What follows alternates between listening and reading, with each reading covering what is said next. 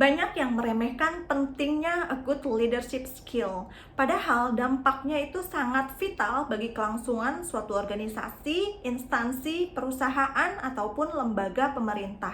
Penelitian menunjukkan bahwa peran leader itu akan sangat mempengaruhi produktivitas dan kinerja tim.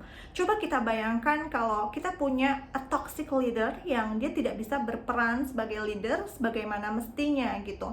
Tidak bisa mengarahkan, memberikan inspirasi, motivasi, ataupun berkolaborasi dengan tim. Sudah pasti tujuan yang akan dicapai tidak akan pernah sampai because there is no clear direction gitu. Apapun manfaat jangka pendek yang diberikan seorang toxic leader itu akan selalu menyimpan kerugian fatal di masa depan. So this is very crucial for us to have a high quality leader, dan aku sudah merangkum 10 kriteria kualitas yang dimiliki oleh para eksekutif dan top leaders dunia. Berikut ulasannya.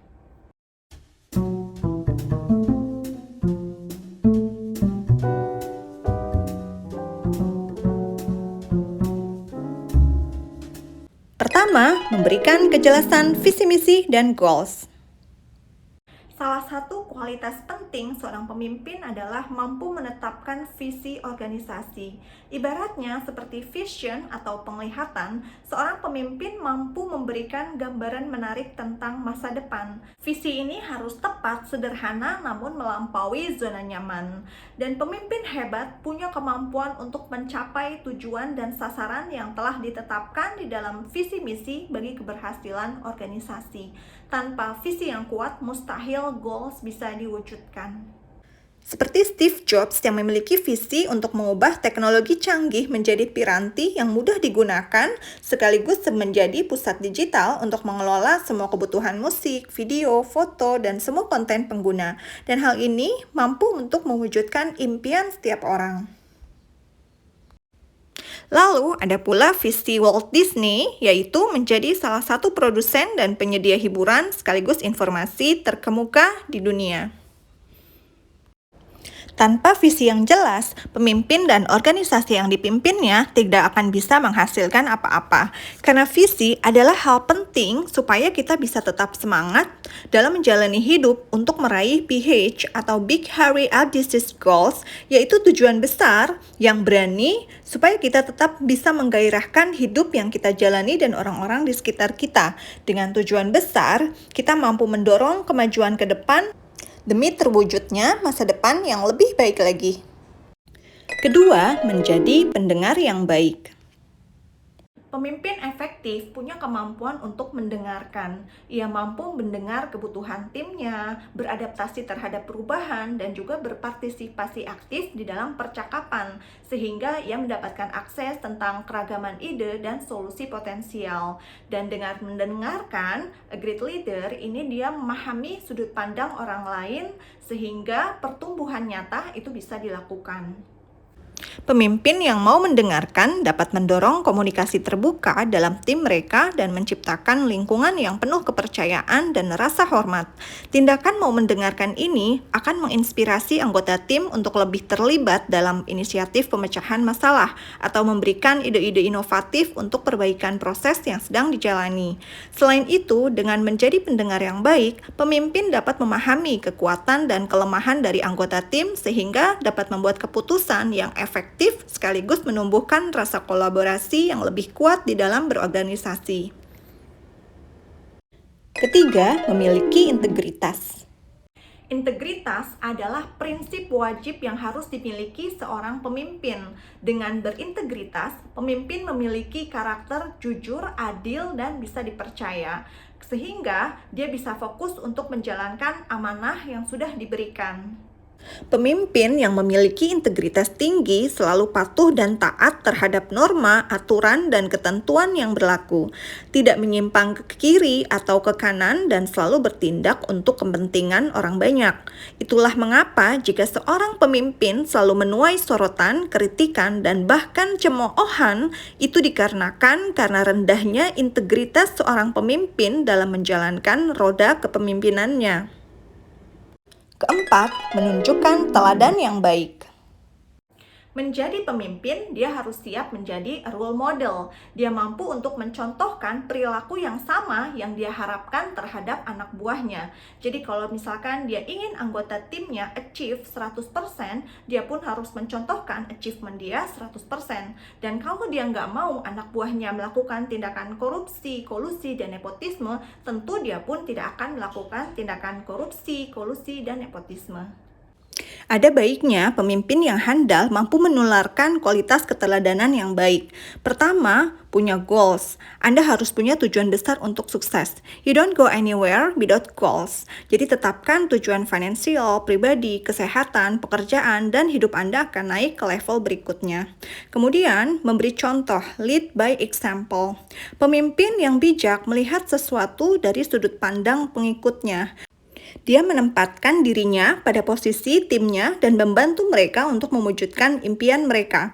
Oleh karena itu, tetapkan standar yang lebih tinggi untuk diri Anda, sehingga anggota tim juga meningkatkan standarnya.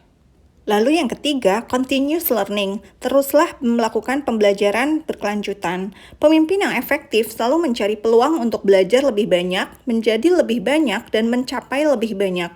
Dengan ledakan teknologi dan perubahan cepat yang terjadi di pasar, sangat penting bagi seorang pemimpin untuk menjadi yang terdepan dengan terus berupaya melakukan perbaikan dan tetap mengikuti perkembangan terkini.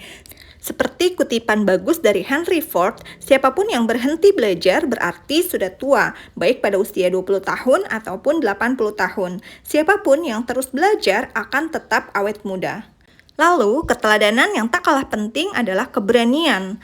Tunjukkan pada tim Anda bahwa Anda bermental pemberani yang tak takut akan halangan ataupun rintangan. Jangan harap tim Anda menjadi seperti singa kalau pemimpinnya adalah seekor domba.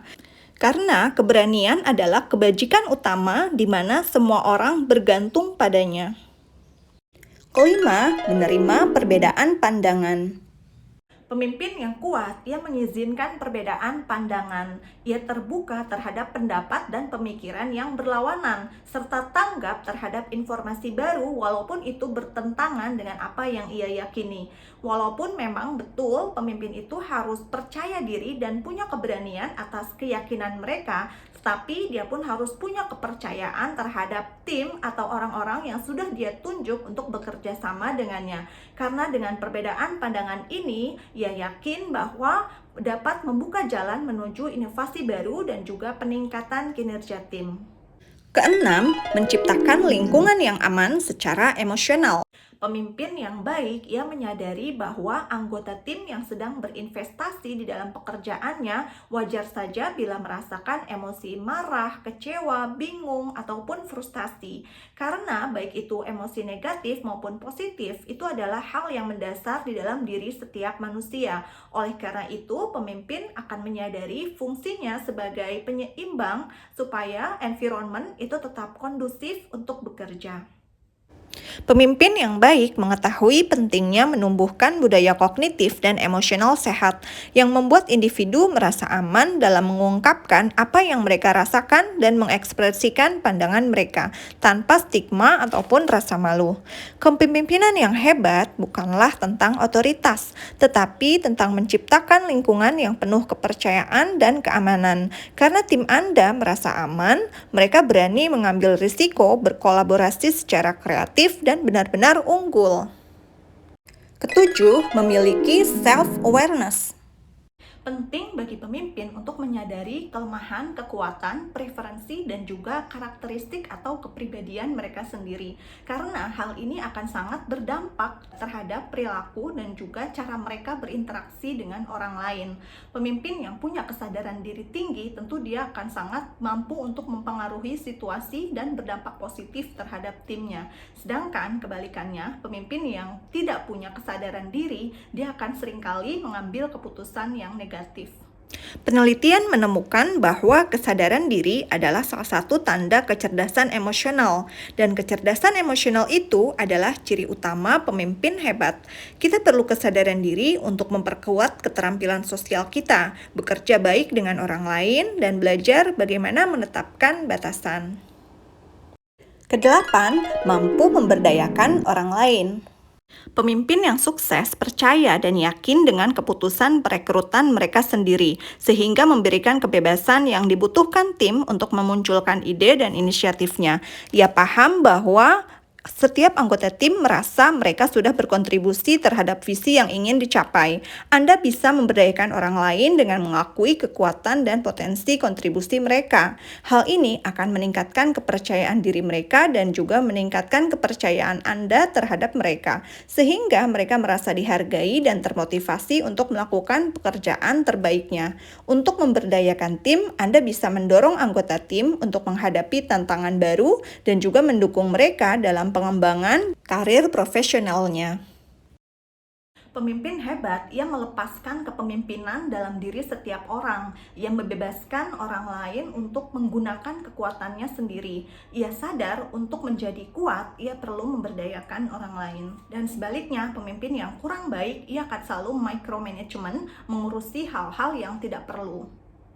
Kesembilan, menerima masukan. Bagaimana Anda tahu keberhasilan kepemimpinan Anda jika Anda tidak menerima masukan atau feedback dari anggota tim? Pemimpin perlu terbuka untuk menerima masukan dan feedback jika ingin betul-betul menciptakan budaya komunikasi yang efektif. Jika pemimpin melakukan hal ini dengan baik, secara langsung Anda menunjukkan kepada anggota tim bahwa Anda ada untuk mereka, sehingga organisasi bisa berjalan dengan mulus dan lebih produktif lagi. Umpan balik atau feedback sangat penting bagi kepemimpinan yang efektif. Dengan menumbuhkan lingkungan yang kaya akan umpan balik, keterlibatan dan produktivitas tim akan meningkat. Organisasi akan lebih selaras dengan nilai-nilai unggul. Belajar menerima masukan yang jujur dengan pikiran terbuka dan kemauan untuk melakukan perbaikan sekaligus perubahan akan membuat individu, tim, dan bisnis menjadi lebih kuat. Kesepuluh, memiliki pola pikir yang benar. Mindset adalah lensa mental bagi pemimpin untuk menentukan informasi apa yang akan mereka ambil dan gunakan untuk memahami dan menavigasi situasi yang dihadapi. Mindset mendorong apa yang dilakukan pemimpin dan alasannya. Mindset seorang pemimpin akan mempengaruhi cara dia dalam melihat dan memutuskan segala situasi. Apakah seorang pemimpin akan melihat suatu hal sebagai peluang atau ancaman? Inilah pentingnya mindset yang harus dimiliki. Pemimpin yang baik, dia harus punya growth mindset sebagai strategi untuk berpikir jauh ke depan, mampu menghadapi tantangan yang ada, dan bersikap optimis terhadap perubahan. Dan sebaliknya, jika pemimpin tidak memiliki growth mindset, dia akan cenderung kaku, pesimis, dan tidak bisa bertransformasi terhadap perubahan. Nah, itulah tadi ke-10 kualitas pemimpin hebat. Selanjutnya, bersiaplah menghadapi perubahan. Karena pemimpin cerdas tahu bahwa perubahan adalah sesuatu yang pasti dan tidak bisa dihindari. Kita harus siap menghadapi kondisi apapun di masa yang akan datang dan tidak terpaku pada status quo. Semoga bermanfaat. Thank you for watching.